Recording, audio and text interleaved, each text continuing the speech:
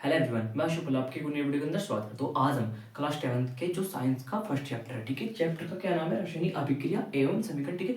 इस चैप्टर को आज के हम इस लेक्चर में अच्छे से एक्सप्लेन करके क्या करेंगे, समझेंगे, ठीक है। जो आज का ये वीडियो होने वाली है, इसकी लेंथ क्या होगी, काफ़ी छोटी होगी, क्योंकि जो आज का ये लेक्चर है ये थोड़ा यूनिक है। क्योंकि आपके पास काफ़ी कम टाइम है, ठीक है। इसलिए इस वीडियो की लेंथ मैंने काफ़ी छोटी रखी है और इस छोटी वीडियो के अंदर इस चैप्टर की मैक्सिमम चीजें यानी कि हर चीज को ज्यादातर क्या करा दिया जाएगा, इजी वे में कवर करा दिया जाएगा, ठीक है। और इससे अगर आप ये लेक्चर देखते हो, ठीक है, इसके बाद आप बुक पढ़ते हो तो आपको बुक में से पढ़ना आसान होगा। अगर आपने ऑलरेडी बुक पढ़ी हुई है उसके बाद ये लेक्चर देखते हो तो फिर क्या आपको हर तरीके से इस छोटे लेक्चर से काफी ज्यादा क्या होने वाली है, हेल्प मिलने वाली। क्योंकि इससे जैसे कि हम स्टेप बाय स्टेप जाएंगे, ऐसे स्टेप बाय स्टेप क्वेश्चनों को करते जाएंगे, इससे क्या होगा कि आपका चैप्टर बड़ी तेजी पे क्या हो जाएगा, खत्म हो जाएगा, आपको पता भी नहीं लगेगा। और आपके सारे डाउट इस चैप्टर में आखिरकार दिया गया उसका सारा सारांश आज के इस लेक्चर में डिस्कस करेंगे। सबसे पहले कुछ ऑब्जेक्टिव निकाल लेंगे, ऑब्जेक्टिव के साथ साथ इसके डीप में जाएंगे। उससे क्या होगा कि इस लेक्चर में जो जो है वो सब आपका क्लियर हो जाएगा। अगर बाई चांस कुछ बच्चे ऐसे होंगे जिन्होंने अभी तक कुछ भी नहीं पढ़ा, तो अगर उनको बना करके लिखना पड़ जाए तो वो क्या लिखेंगे, है ना। अगर उनको कुछ भी नहीं पता तो कैसे। तो ये छोटी वीडियो है, इसकी लेंथ काफी कम होगी, तो इसको देख करके आखिरकार उनको अंदाजा लगेगा कि आखिरकार इस चैप्टर में दिया क्या हुआ, ठीक है। दूसरी बात, जिन्होंने बहुत अच्छे से पढ़ रखा है उनको भी कुछ ना कुछ तो पक्का इस वीडियो को देख करके क्या होगी, उनके लाइफ में वैल्यू ऐड होगी इस चैप्टर पढ़ेगा, ठीक है। जो ये चैप्टर है, ये चैप्टर इतना खास नहीं है, ऐसे नहीं, हम गलत बोला कि इस चैप्टर में कोई क्या है इतना ज्यादा हार्ड नहीं है। इस चैप्टर को बड़ी इजी तरीके से बहुत ही सिंपल वे में समझा जा सकता है। कुछ टाइम अगर आप अपनी मुझे कुछ मिनट दोगे ना, अभी आपने अपनी कुछ मिनट मुझे दे दी, ठीक है, इससे क्या होगा कि आपका फर्स्ट चैप्टर कंप्लीट होगा। ऐसे हर वीडियो में क्या करेंगे, हम एक एक चैप्टर को ऐसे ही आंसर निकालेंगे इनका और इनको आपको बड़े इजी वे में एक्सप्लेन करेंगे, ठीक है। क्योंकि अब ज्यादा टाइम तो बाकी नहीं रह गया। अगर आप क्या करो कि बहुत अच्छे से एक चैप्टर को ना पढ़ के थोड़ा अगर आप सबको पढ़ोगे ना, तब भी आपने अगर कुछ नहीं पढ़ा पहले तो तब भी आप एक अच्छा स्कोर कर सकते हो, ठीक है। चलो आज का हम इस लेक्चर को स्टार्ट करते हैं, ठीक है। ये जो पहला चैप्टर है इसका नाम क्या है, रासायनिक अभिक्रिया एवं समीकरण, ठीक है। ये हो गया चैप्टर का नाम।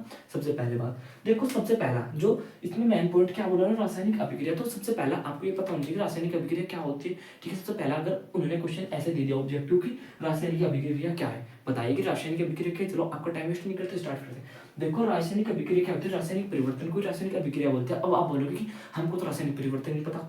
आपको पता है, सब कुछ पता है, आपको सिर्फ आपको बताने की जरूरत है, ठीक है। देखो रासायनिक परिवर्तन क्या होता है, किसी चीज का सड़ना, गलना या उगलना। अब जैसे क्या है, पेड़ पे पत्ते लगे, ठीक है, वो धरती पे गिर गए तो वो कुछ टाइम के बाद गल जाते हैं, तो वो भी क्या है, रासायनिक अभिक्रिया।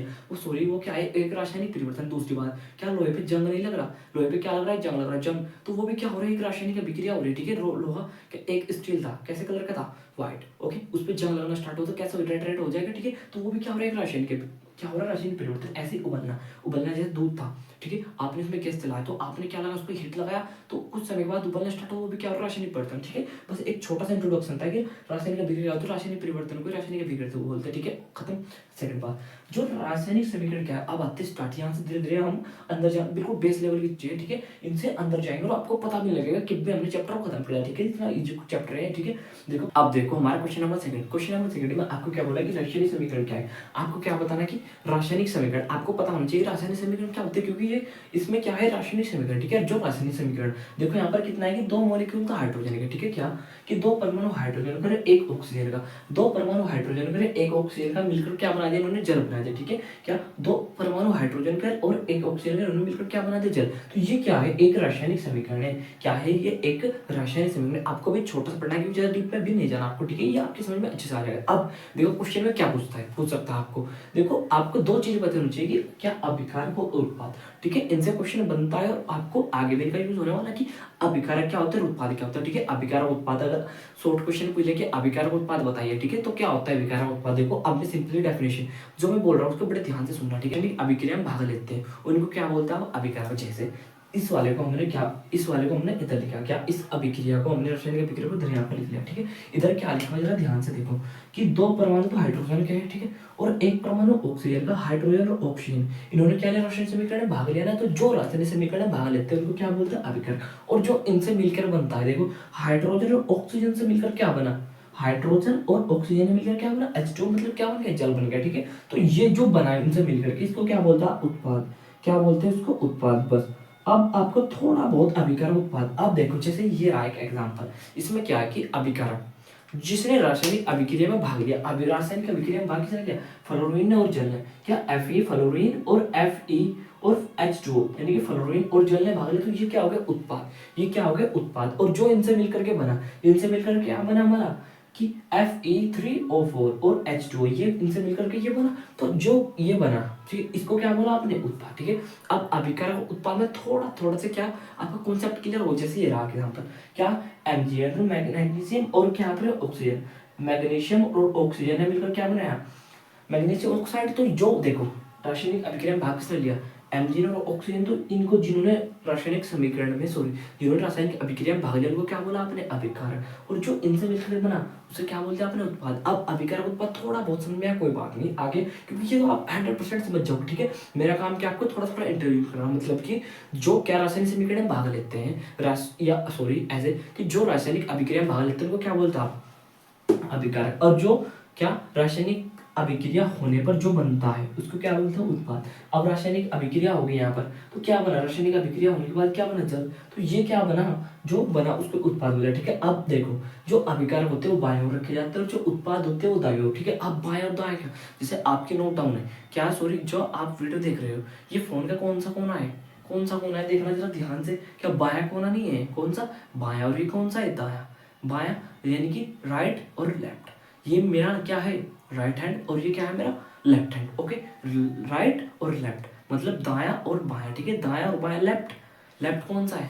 ये वाला लेफ्ट है? नहीं, ये वाला कौन सा है? राइट। और ये कौन सा है? लेफ्ट। अब आप देख रहे हैं ना अपने अकॉर्डिंग। ठीक है।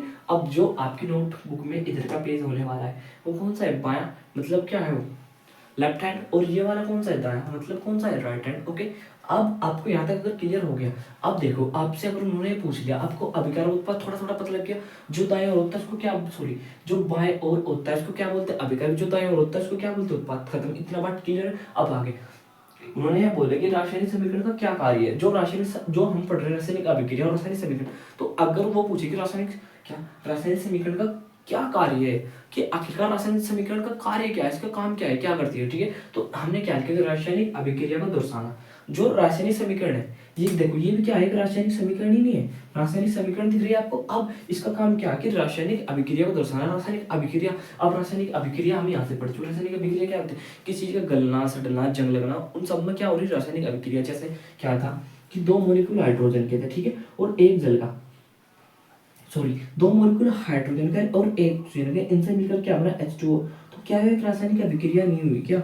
रासायनिक अभिक्रिया, जैसे हाइड्रोजन और ऑक्सीजन मिले तो उनसे मिलकर क्या बन गया? इनसे मिलकर जल बन गया। तो देखो 2 मॉलिक्यूल, सॉरी क्या कि 2 एलिमेंट मिले हाइड्रोजन और ऑक्सीजन, इनसे मिलकर क्या बन गया? जल बन गया। ठीक है। तो क्या हुआ? एक रासायनिक अभिक्रिया नहीं हुई। अब आपको रासायनिक अभिक्रिया पता लग गया। रासायनिक समीकरण का काम क्या है? रासायनिक समीकरण का काम क्या है? इस अभिक्रिया को दर्शाना। रासायनिक अभिक्रिया को दर्शाना है। जो अगर आपके समझ में नहीं आ रहा, जो मैं वर्ड बोल रहा हूँ उनको बड़े ध्यान से सुनो। जो रासायनिक अभिक्रिया होती है, रासायनिक अभिक्रिया क्या काम है? रासायनिक अभिक्रिया काम है रासायनिक समीकरण को दर्शाना। अब रासायनिक समीकरण क्या होती है वो आपको यहाँ से पता लग गया। ठीक है। Doubt clear. लेकिन हमने क्या लिखा? नोट शब्दों की जगह सूत्रों से। अब क्या ये फंडा क्या है कि शब्दों जगह सूत्रों से। अब देखो एक रासायनिक अभिक्रिया हो रही है, हमने क्या मिला? मैग्नीशियम। क्या है? एक मैग्नीशियम। ठीक है। मैग्नीशियम को इंग्लिश में क्या बोला हमने? Mg। ठीक है। इसका सूत्र क्या है? मैग्नीशियम का जैसे जल है। मैं बार बार जल का डिस्कस कर रहा हूँ। जल का सूत्र क्या होता है आपको बड़े अच्छे से मालूम होगा? H2O। ठीक है। ऐसे ही ऑक्सीजन, ऑक्सीजन का सूत्र क्या होता है? ऑक्सीजन। ऑक्सीजन का सूत्र कितना होता है? ये ऐसे ही क्या? हीलियम। हीलियम में कितना होता है? अगर आप बोलोगे ना तो मैं एक ऐसी वीडियो बना जिसमें 20 तक की ट्रिक वाली आपकी बहुत इजीली याद करा दूंगा, और साथ साथ उनका एटॉमिक नंबर सब ये बहुत अच्छे से आपकी याद करो। हीलियम क्या होता है? H। हाइड्रोजन क्या होता है? H। तो ये सारे क्या है? इनके सूत्र है। ठीक है। ये क्या दिया हुआ है? इनके सूत्र है। अब थोड़ा बहुत देखो जरा ध्यान से। जो मैग्नीशियम इसका सूत्र कितना है? Mg। और जो ऑक्सीजन इसका सूत्र कितना है? O। ओके। कितना है इसका सूत्र? O।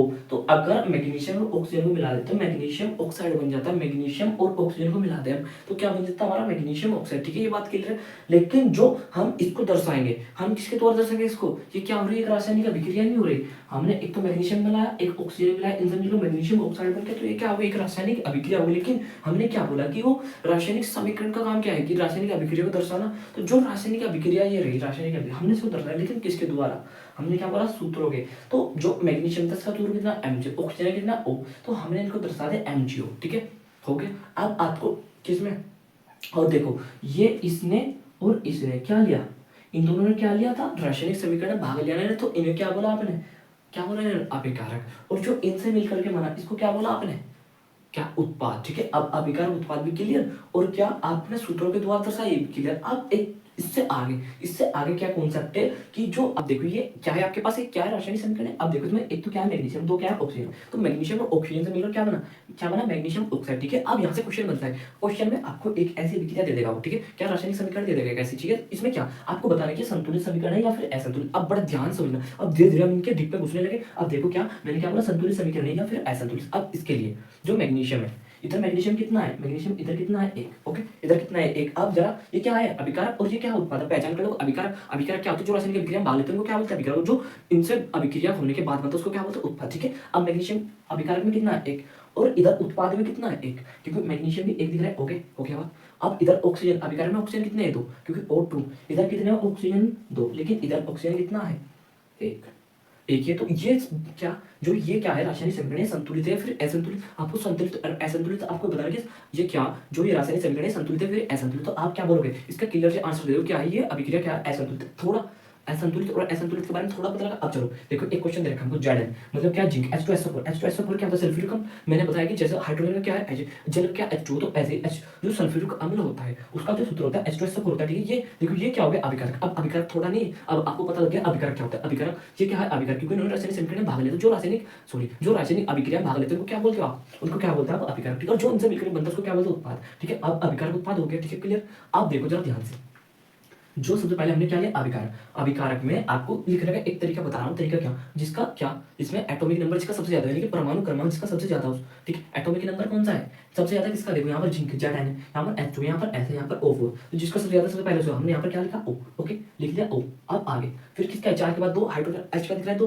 तो हमने यहाँ पर H लिखा। ओके, फिर H के बाद S और Zn, इनका दोनों का एक लिखा, तो हमने S लिखा और H लिखा। सबसे पहले सबसे कम, सॉरी सबसे ज्यादा, फिर से छोटा, फिर से छोटा, ऐसे लिखना। अब देखो LHS मतलब आपको अभिकारकों में और जो उत्पाद है, अगर इनमें क्या कि एटॉमिक नंबर दोनों का सेम हो तो कह सकते हो कि रासायनिक समीकरण बैलेंस है। अब यहाँ पर तो मैंने शॉर्ट ट्रिक से दिखा, अब यहाँ पर आपका बिल्कुल डाउट सारे क्लियर करने के लिए मैं एग्जांपल ले रहा हूँ यहाँ पर। ठीक है, अब देखो ऑक्सीजन कितने हैं अभिकारक में, ऑक्सीजन कितने हैं, चार, तो हमने LHS में क्या होता है मैंने बताया आपको, बाय का मतलब क्या होता है LHS, और इधर क्या हो गया उदाय का मतलब क्या होता है left hand side. Okay, left hand side right hand side हो गया, क्लियर। अब देखो LHS का मतलब अभिकारक में कितने हैं, ऑक्सीजन चार, और इधर ऑक्सीजन इधर कितने हैं, यहाँ पर ये रहे ऑक्सीजन, यहाँ पर ऑक्सीजन कितने चार, यहाँ पर भी कितने हैं चार। ओके, पहली बात। अब हाइड्रोजन किसमें LHS मतलब अभिकारक, हाइड्रोजन कितने हैं यहाँ पर दो। ओके, और RHS हाइड्रोजन कितने यहाँ पर भी दो है, तो यहाँ पर भी कितने हो गए दो। ओके, अब सब S का मतलब क्या होता है सल्फर इधर कितना है, सल्फर एक है, और इधर सल्फर कितना है, इधर भी एक है, तो हमने इधर को भी एक लिखा, इधर को भी एक लिखा। ठीक है, अब जिंक Zn कितना है यहाँ पर एक, तो हमने यहाँ पर एक, और इधर Zn इधर भी कितना है एक। अब जरा ध्यान से देखो क्या LHS अभिकारक और उत्पादों में जो एटॉमिक नंबर है यानी कि परमाणु क्रमांक क्या बराबर नहीं है, चार चार दो दो एक एक और एक, तो हम कह सकते हैं कि जो ये वाले क्या, ये जो रासायनिक समीकरण है, सॉरी जो ये रासायनिक क्या बोला हमने, जो रासायनिक समीकरण है क्या है संतुलित है या फिर असंतुलित। तो जो रासायनिक समीकरण है ये वाले, इसको आप बोल दोगे ये क्या है, एक संतुलित रासायनिक समीकरण है। ठीक है, तो ये क्या है संतुलित रासायनिक समीकरण। अब आपको संतुलित और असंतुलित पता लग गया, जो संतुलित होती है उसके अभिकारक और उत्पाद, उनमें क्या है कि सभी के परमाणु क्रमांक क्या होते हैं बराबर होते हैं। ओके, यहाँ तक क्लियर हो गया। अब बात करते हैं आगे क्या, सबसे पहले आपको H2SO4 मैंने यहाँ पे लिखा कि H2SO4 क्या होता है सल्फ्यूरिक अम्ल, क्या होता है H2SO4 सल्फ्यूरिक अम्ल, याद करना बस ऐसे। H2SO4 क्या होता है सल्फ्यूरिक अम्ल। अब Zn किसका सूत्र है, जिंक का, जिंक, और जो जिंक होता है इसका एटॉमिक नंबर मतलब इसका परमाणु द्रव्यमान कितना होता है 30। आप इसको थोड़ा सा याद कर लो, थोड़ा सा मेमोरी में सेव करना एक साइड में, कि जो जिंक होता है इसका परमाणु द्रव्यमान कितना होता है, ऐसे ही जो S होता है वो क्या होता है सल्फर। अगर आप मेरे को कमेंट करोगे तो मैं 20 तक के नहीं से 25 तक के साथ, हेलो हाय लिली बेटी बोला कभी नानी और फूफा ने, ना मांग अली से पैसे, ना मांग, ना का मतलब क्या होता है सोडियम कितना हो 11, और मांग mg कितना हो गया 12, अली से पैसे सच।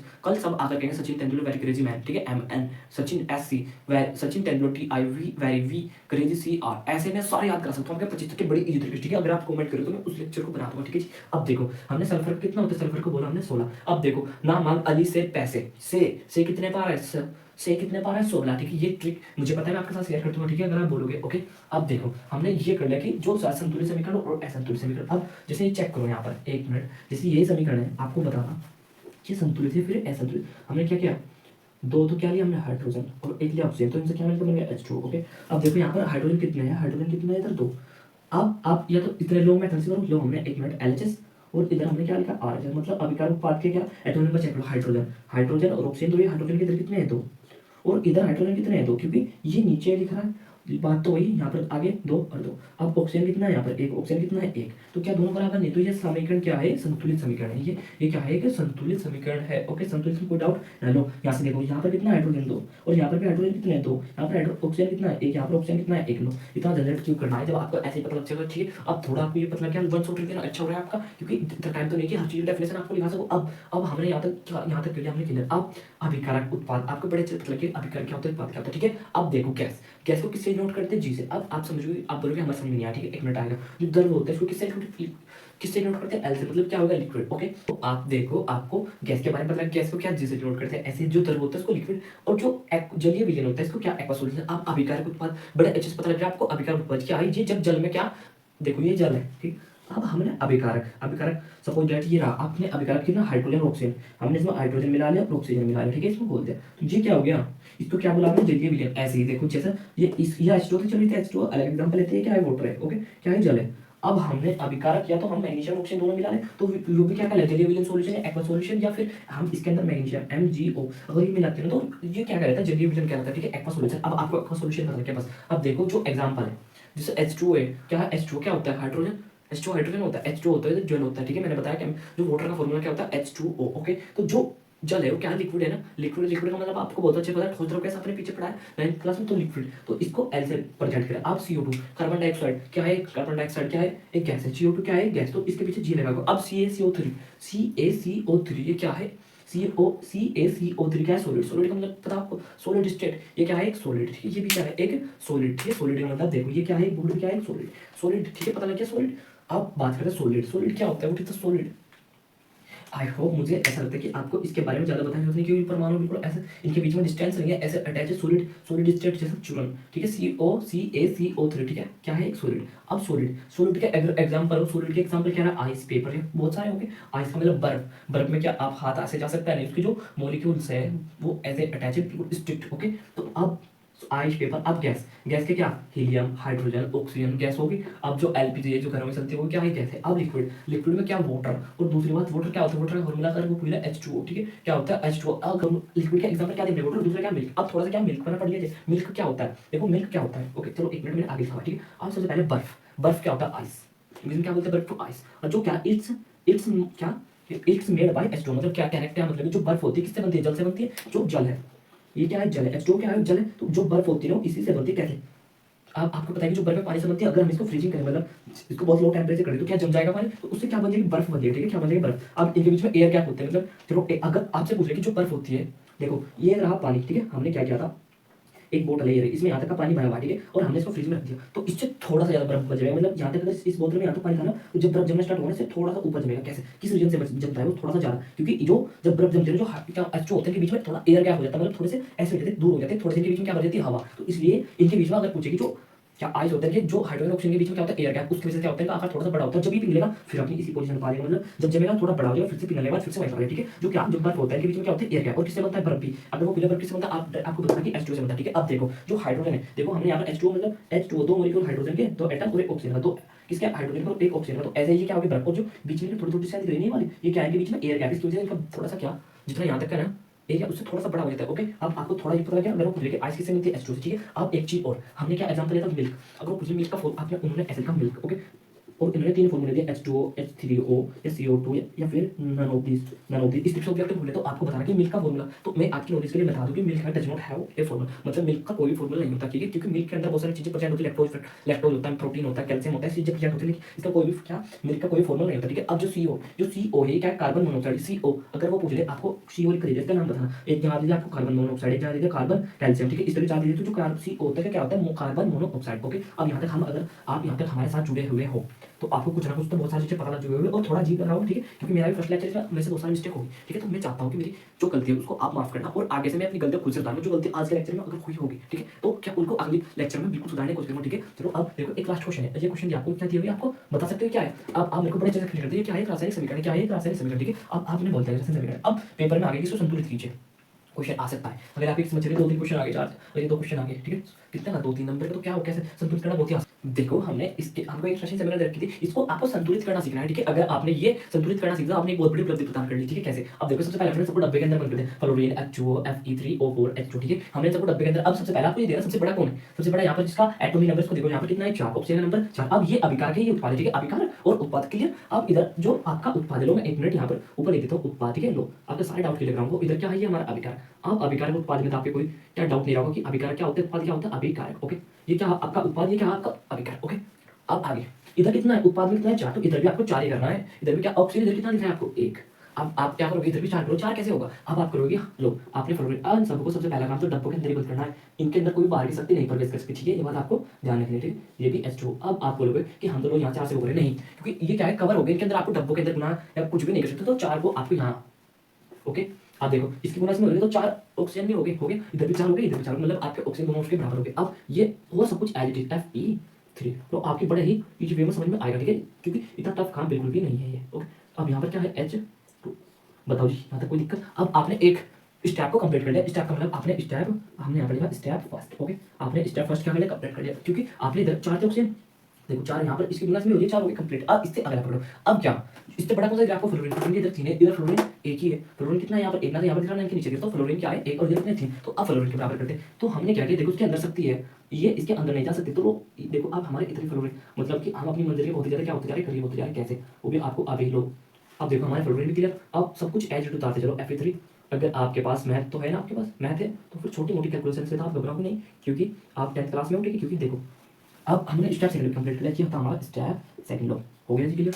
अब आगे, अब देखो हमारा फ्लोरीन भी क्लियर हो गया। अब इससे छोटा हमारा देखो उत्पाद में चेक करो, या अब इसमें चेक करो, देखो यहाँ पर कितना ऑक्सीजन क्लियर, फ्लोरीन। अब इधर हाइड्रोजन कितने हैं, 2, इधर हाइड्रोजन कितने हैं, 2, तो यहाँ पर चेक कर लो, वहाँ पर जारी होती है, सॉरी यहाँ पर चेक करना है आपको। देखो आपने ऑक्सीजन 4 थे, इधर भी आपके ऑक्सीजन की गुना 4 हो गए कंप्लीट। अब इधर फ्लोरीन कितने थे आपके 3, इधर फ्लोरीन कितने हो गए 3, तो आपके ऑक्सीजन फ्लोरीन अब क्या बचता है, अब आपका हाइड्रोजन, इधर कितना हाइड्रोजन 2, इधर हाइड्रोजन कितना है 2, और इधर हाइड्रोजन कितना है 2, इधर भी हाइड्रोजन कितना है, तो आप बोलोगे अब तो सब कुछ बराबर होगा, लेकिन जरा ध्यान से देखना, क्या 4 गुना में नहीं है, 4 इस पूरे के साथ है, मतलब 4 इधर आप इसमें गुना करो, 4 में 8, इधर हाइड्रोजन कितने हैं, इधर हाइड्रोजन 8 है, क्या जो अभिकारक में हाइड्रोजन कितने 8 है।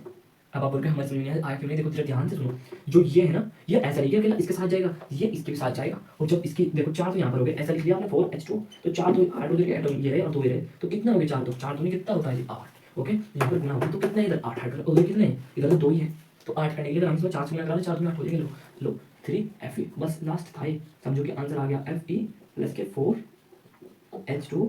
बड़े इजी तरीके से, अगर आपके समझ में नहीं आना तो वीडियो को एक बार दोबारा देख लो, ये फायदा है ऑनलाइन का, ठीक है? क्योंकि इसमें आप अगर कोई डाउट आपके क्लियर नहीं होता तो आप उसको दोबारा से वीडियो को देख करके देख सकते हो, ठीक है? आप देखो इधर कितने 4 दूनी 8, तो हाइड्रोजन है, इसको 8 बना लिया, अगर हम 4 से गुना करा दे तो क्या हो गया हमारा 8 हो गया, लो जी ये आ गया आंसर। अब क्या ये संतुलित, आप इसको एक बार अच्छे से लिख दो, 3Fe प्लस के 4H2O गिव Fe, 3 का निशान, ठीक है? ऐसे लिखा जाए, और 4 प्लस के 4H2, ये आ गई आपकी संतुलित रासायनिक अभिक्रिया कैसे आई। अब आप बोलोगे हमको पता कैसे लगेगा संतुलित है, फिर ऐसा देखो, इधर कितना फ्लोरीन है, इधर कितना फ्लोरीन है 3, और इधर फ्लोरीन कितने हैं 3, क्योंकि देख रहे हो विनोद, इधर फ्लोरीन 3, इधर फ्लोरीन कितने हो गए 3। अब देखो हाइड्रोजन 4 दूनी कितना हो गया, हाइड्रोजन 8, इधर 4 दूनी 8 हो गया हाइड्रोजन, इधर 4 दूनी 8, इधर हाइड्रोजन 4 दूनी 8, इधर ऑक्सीजन कितना है जी, आप ये मत बोलना 1, क्योंकि ये पूरे के साथ आएगा गुना में है ना, ऐसे कैसे कि आपने ये लिखा 4XY, ओके? ये तो जो 4 है एक्स के साथ गुना में, वाई के साथ गुना में है ना, तो ऐसे ही जो 4 था हाइड्रोजन ऑक्सीजन दोनों के साथ गुना में, ठीक है? अब आपको यहाँ पर कितना हाइड्रोजन है 4, उधर भी कितना हाइड्रोजन है 4, तो क्या जितने एलएचएस में अभिकारक वो संतुलित वाले जितने क्या उत्पाद में है एटॉमिक नंबर